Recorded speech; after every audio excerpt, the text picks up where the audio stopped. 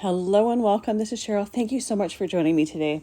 In this video, I'm sharing some card making tips and tricks, and I'm using the new Out and About Scout collection from Spellbinders. They sent them over to create with and share with you, and I absolutely love all the different variety in this section. These are dies that have smaller pieces. They're perfect for using in the new Platinum Scout. And because of the small pieces, they're great for using up cardstock scraps. Now, I'm using a bunch of different Spellbinders cardstocks here throughout the video for the different cards, and I have them listed in the description box below. So if I don't mention what card or what color I'm using, they're down there. I'm trying to keep all of the cards within the same color palette if possible, just so the cards look similar. And I absolutely love this mushroom. It's my favorite. I have a thing for mushrooms and I don't totally know why, but I love that.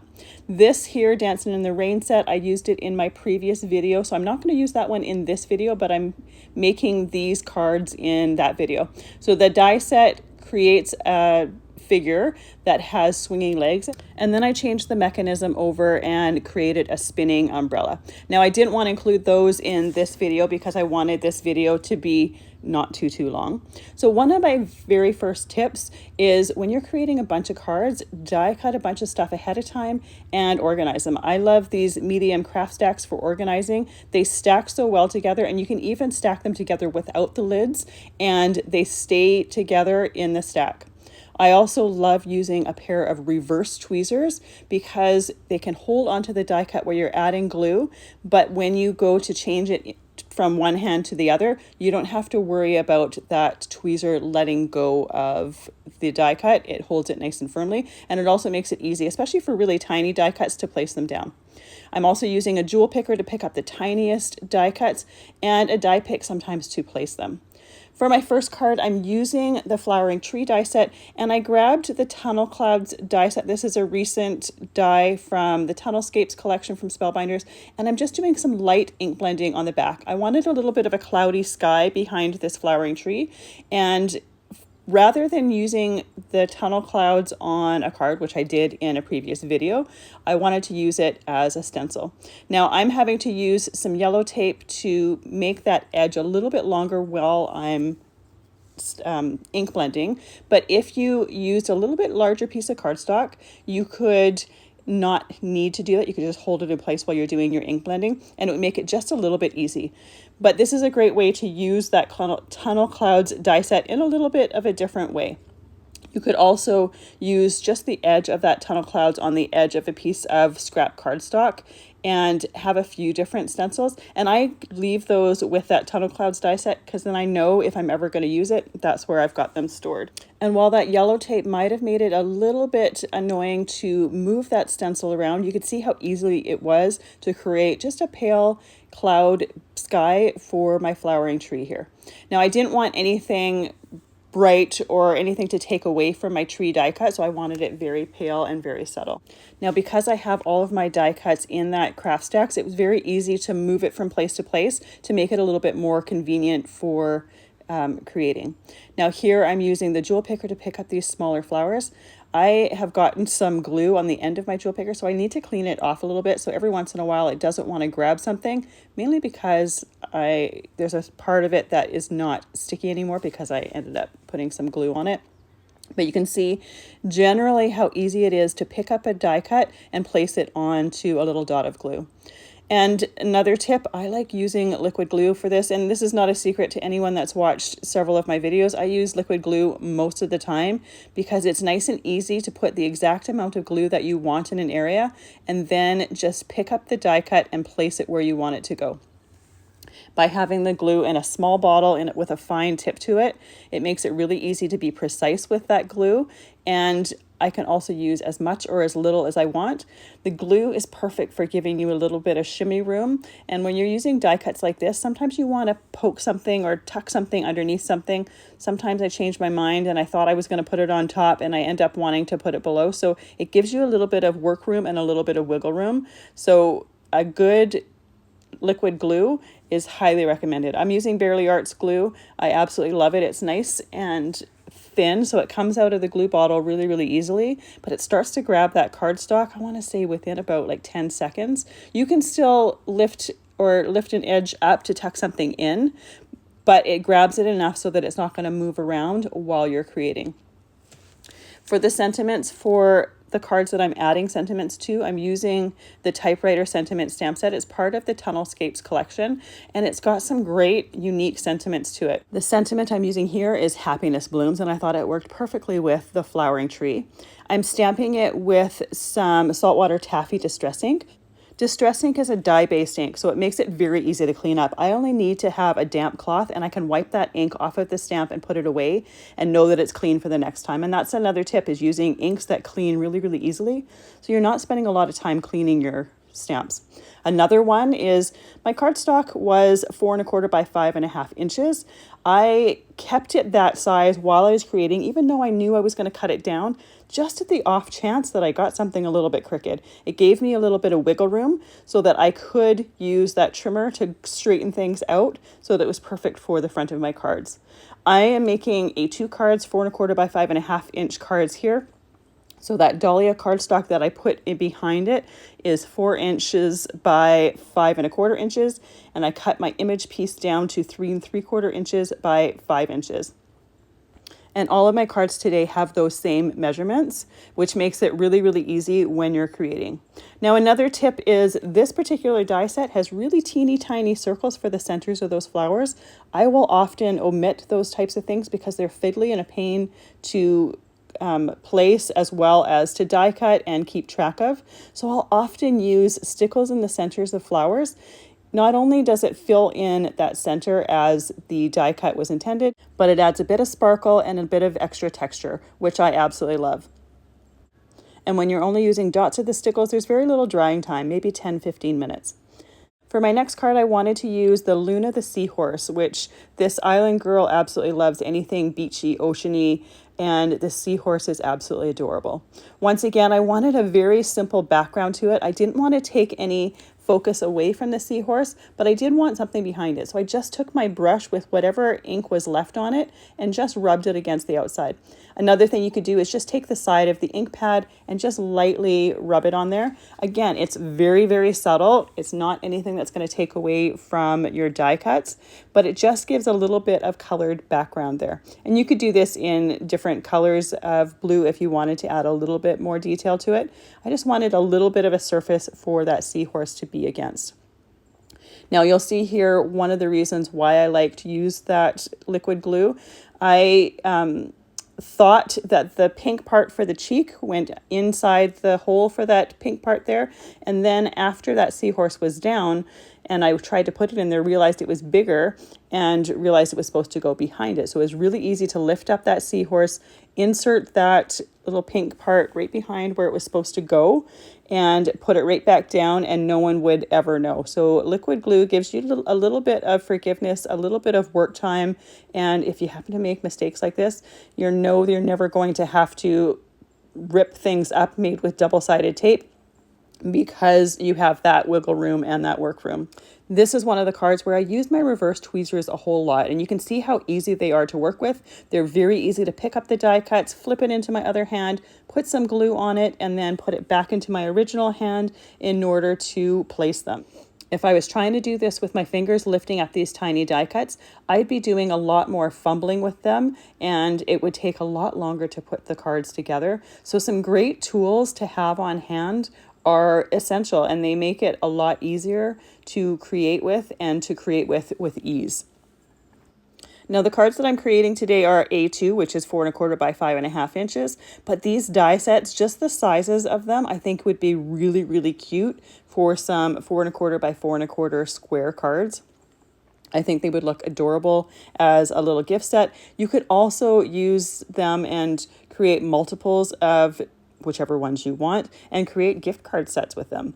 What I would do is I would have a die cutting session where I put on a movie, grabbed a bunch of cardstock scraps in the colors that I wanted, and then was just die cutting away, organizing everything in my craft stacks to make sure that I had everything where I wanted it to be and made it easy to find. And then I would have an assembly session where I would assemble different pieces. For instance, for this one, you could assemble or put the cheek behind the seahorse. You could put the little fin on there. You could assemble the little seaweed clusters. Once you know exactly how you're going to be using them, they're really easy to start assembling. For the card before this, you could assemble the tree. So all that was left to do was put it on your card background when you were ready to do your assembling or your card making. But you could do different sessions, and by doing an assembly line type thing, it makes it really easy to put them together. The hardest part, I think, of these cards was doing the die cutting, just because there's a bunch of different pieces in a bunch of different colors. But by having separate die cutting, die assembly or die cut assembly, and then card making sessions, you can streamline it a little bit. Another thing that I like to do when I'm using underwater things is use glossy accents for bubbles. You can find gems and you can use them, but I find sometimes they're a little bit more fiddly to play with and to place. And by using glossy accents, I can just position them where I want them and just let them dry. I can also control exactly how big or how small I want them to be. And just like the Stickles, because they are small, little tiny droplets, it takes maybe 10-15 minutes for them to dry. So if you were going to create a bunch of the same card, you could just have one session where after you're done your card making, you're just doing those glossy accents and setting them aside to dry. For card number 3, I'm using the thank you die cut as well as the little blooms die cut. I have my thank already together, so I'm just putting the U on the shadow. I always love sentiment sets that have the shadows to them. I think they look so much better. And again, you could use, or you could have an assembly session where you're just assembling your sentiments. If you did this in multiple colors or did multiples to do multiple cards, putting a movie on or a TV show on and assembling your die cuts makes it really easy to do when you have something to entertain you. Now I've done most of the flower assembly for this particular card, but I did leave one of each flower to assemble to show you. So these have black centers to them, and these kind of half side flowers have a back to them, a center, and a front piece. So I glued down a center, and then that front piece, I just took my fingers and curved it a little bit so that when I glued it down, I didn't have a flat piece of cardstock. I had a curved piece of cardstock. It gives a little bit of curve to that die cut, and it also makes it so that it sticks to not only the center as well as the outsides of the flowers. Now, the one thing that you can't see here, and you can't see it in the final card, is this particular die set has a few center pieces, and the die itself cuts one of each of the centers. So I just cut that a few times. Those centers that I'm putting in the large flowers are actually not the ones that are supposed to be there.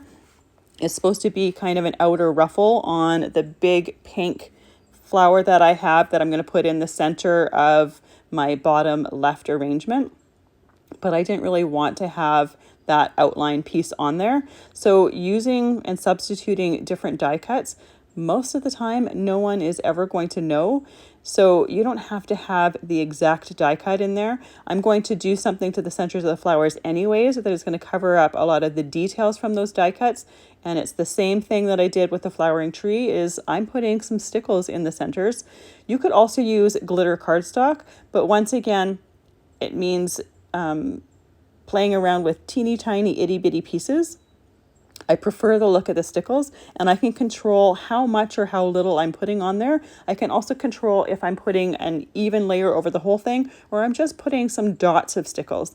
Sometimes I like to put an even layer over the whole thing, and for this particular one I am going to do that.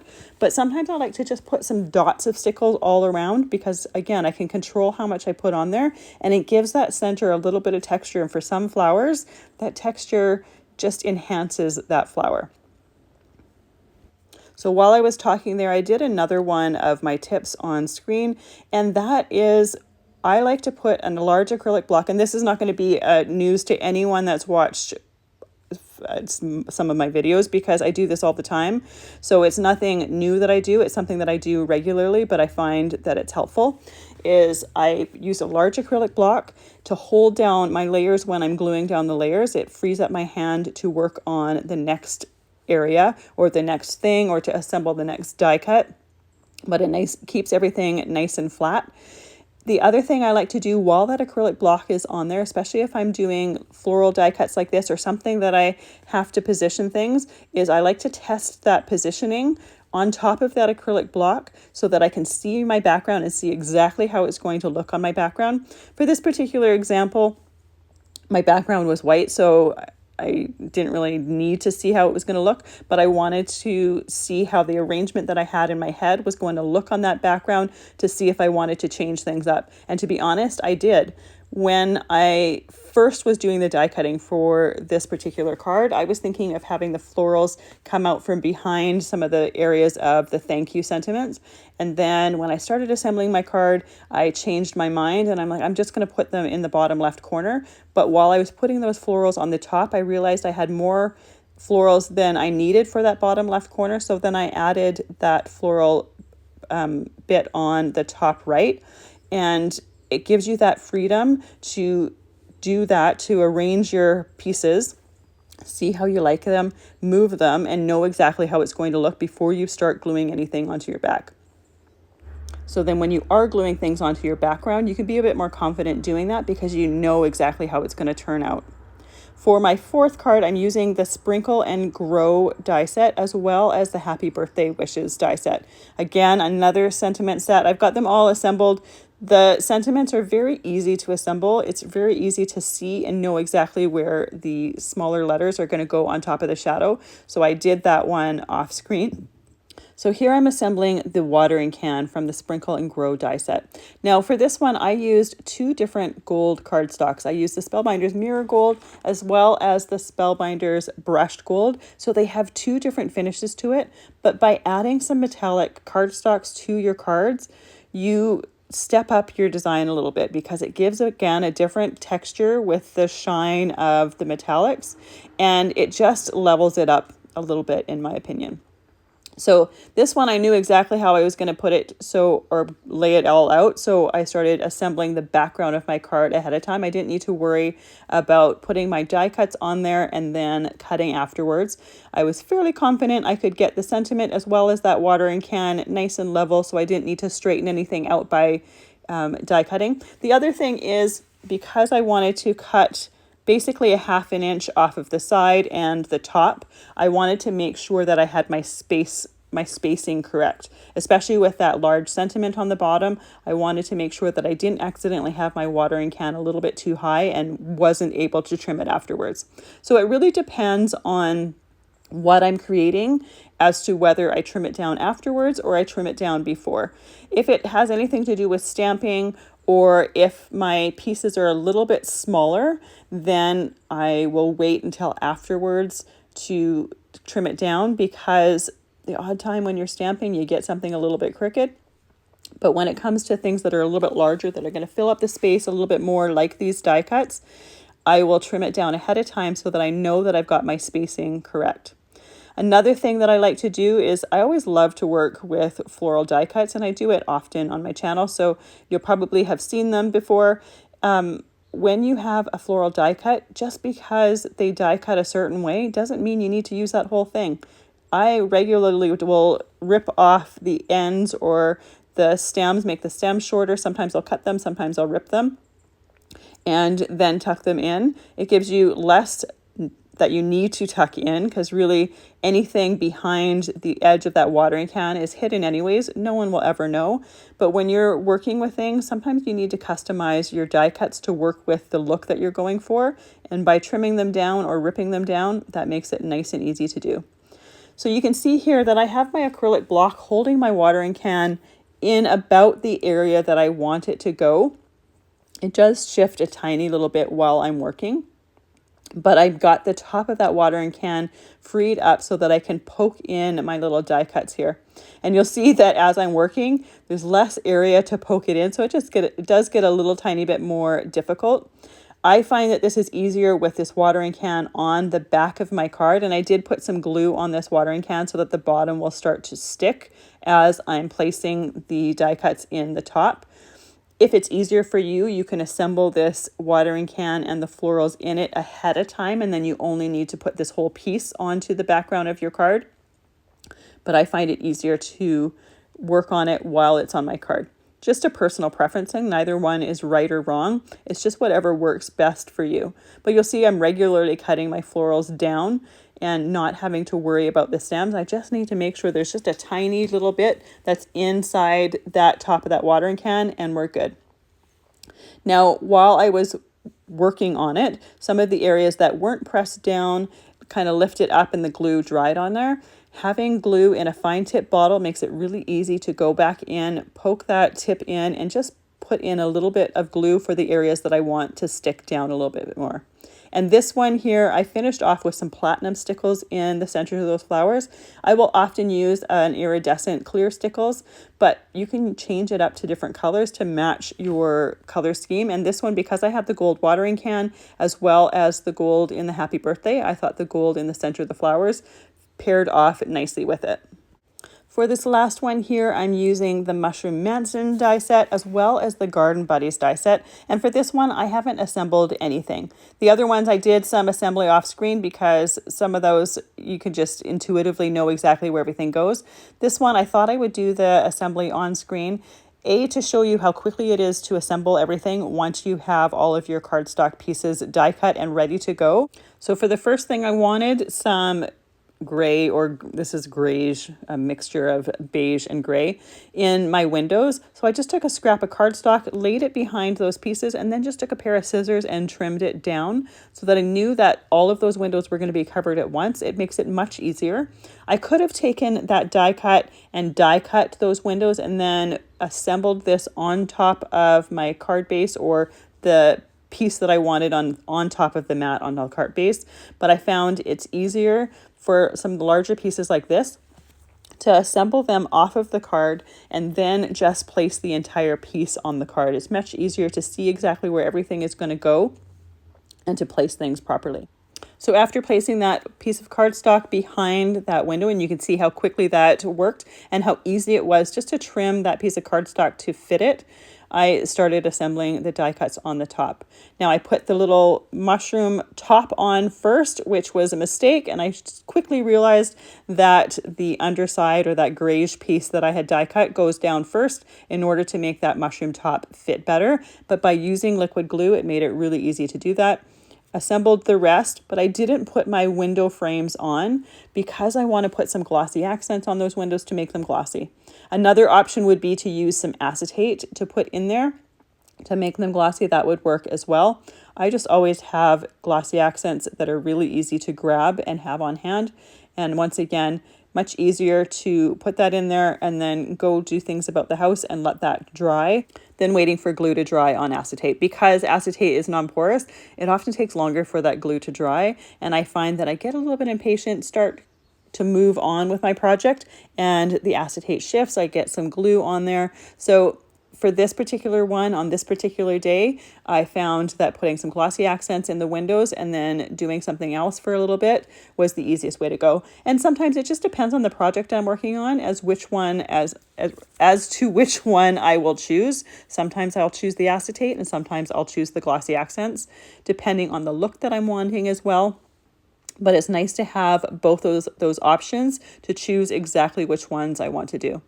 So my Garden Buddies guy is going to go, or my gnome here, is going to go on the inside of my card.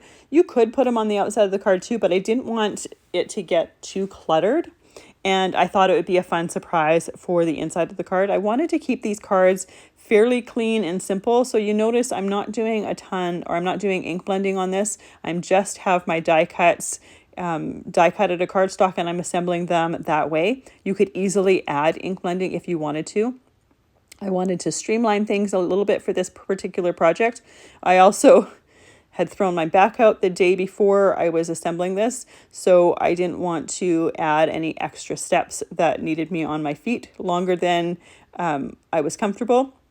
So I did card by card, rested between, and decided to make sure, or I had already decided I was going to keep these nice and clean, but every once in a while I'm like, oh, but it would look great ink blended. So if you want to add ink blending, I think these would look fabulous with some ink blending to add a little bit of extra visual dimension, but it's not necessary. And you can see by the finished result that you don't need to do it, but it's fun to have those options as well. So here I'm just adding the glossy accents to the centers of the windows. I've got the rest of my die cuts already assembled, ready to go. So once it comes time to assembling my card, it's going to go very, very quick. While I'm waiting for those glossy accents, I'm going to do a couple extra things. I'm using some pale gold crystal drops to put a door handle on the little door. And then I wanted to add a little bit of a different texture to the mushroom spot, so I'm doing white crystal drops there. So it's going to keep the white color, but when you tilt it in the light, it's just going to have a gloss to it, a little bit of a different texture. You could also do glossy accents here to give that gloss, but it has a little bit of a different look than the white crystal drops, and I decided that's what I wanted for this particular project. Once again, personal preference, whatever you want, but because we're waiting for the glossy accents to dry in the windows, I thought it would be great to have that on the mushroom spots as well. It would also be fun to do stickles in those mushroom spots as well, or instead to have some glittery spots. I think that would add some great texture as well. So there's many different ways that you can get that texture in there. You could also use glossy paper to go behind there and have that gloss on there already. Again, it really just depends on the look that you're going for. So once my glossy accents was dried, I glued down the window frames just with some liquid glue, let them set for just a few moments, and then I was ready to assemble the card. So for this one, I chose the New Day, New Adventures stamp from the Typewriter Sentiments stamp set. For all the stamping, I'm using the Misti stamping tool because it makes it very easy to position your stamp, to stamp it multiple times and know that it's going in the right spot. And by being able to do that, I can also build up the ink if I'm using a color that's a little bit lighter and I want it a little bit darker. So it gives you a little bit of wiggle room, but it's very, very easy to use. And it's nice to know that if I don't get a perfect stamping the first time, I can easily stamp it a second or third time to build up that ink to get a nice clear stamped image. So because I have all my components already glued together and assembled, the card assembly is very, very easy. I just put my matte and my white piece on there, and then I can glue down the mushroom mansion. I'll wait for that to dry for a few moments with that acrylic block on there. Forgot this little tiny mushroom guy. I think this little tiny mushroom is absolutely adorable. Once again, let that dry with the acrylic block on there, and then I can glue in the gnome and the flower that he's holding in the inside of the card. Now, the one thing that I did was I put that flower behind his hand and then realized that it was kind of an awkward way to be holding it. So you'll see me pull it out and then correct that so that he's not holding it so awkwardly. So you can see how once you've got all the die cutting done and organized in those craft stacks, it makes it really easy to assemble and to put your cards together.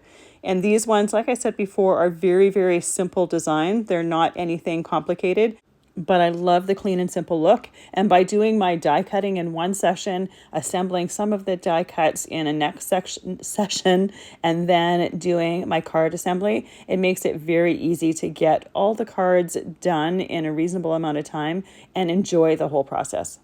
Thank you so much for joining me today. I really appreciate you spending your time with me, and I hope you have a fantastic day.